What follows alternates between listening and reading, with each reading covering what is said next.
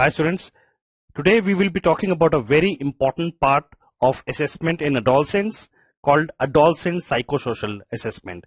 And if you look at the Erikson's stages of psychosocial assessment, you can see that in adolescents, very commonly, the most common problem they face is the identity crisis.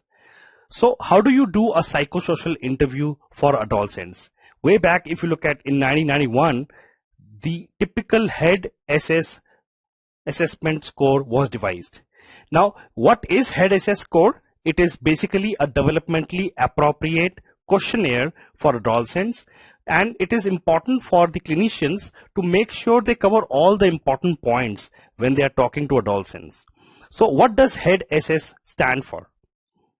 And many clinicians would say it's double E here. So it's home, education, activities, talking about drinking and drugs, talking about their sexual phases, safety, and suicide. So remember, it has to be developmentally appropriate.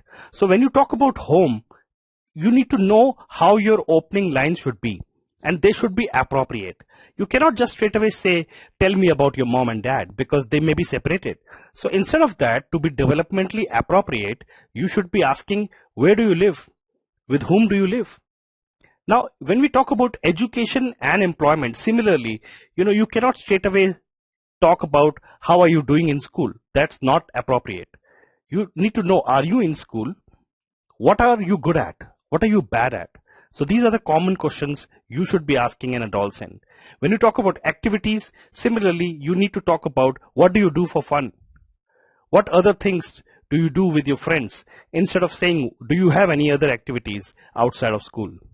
When you talk about drugs, it's important to not straight away talk about, do you do drugs?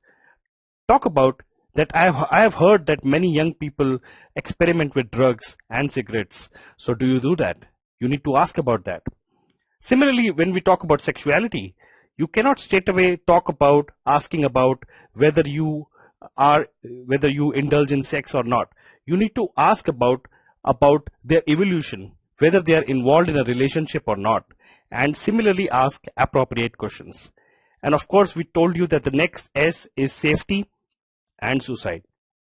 So remember, as students and clinicians, we should be all aware about these important part of the head SS psychosocial assessment, so that we are able to comprehensively cover the all aspects of the head SS comprehensive assessment.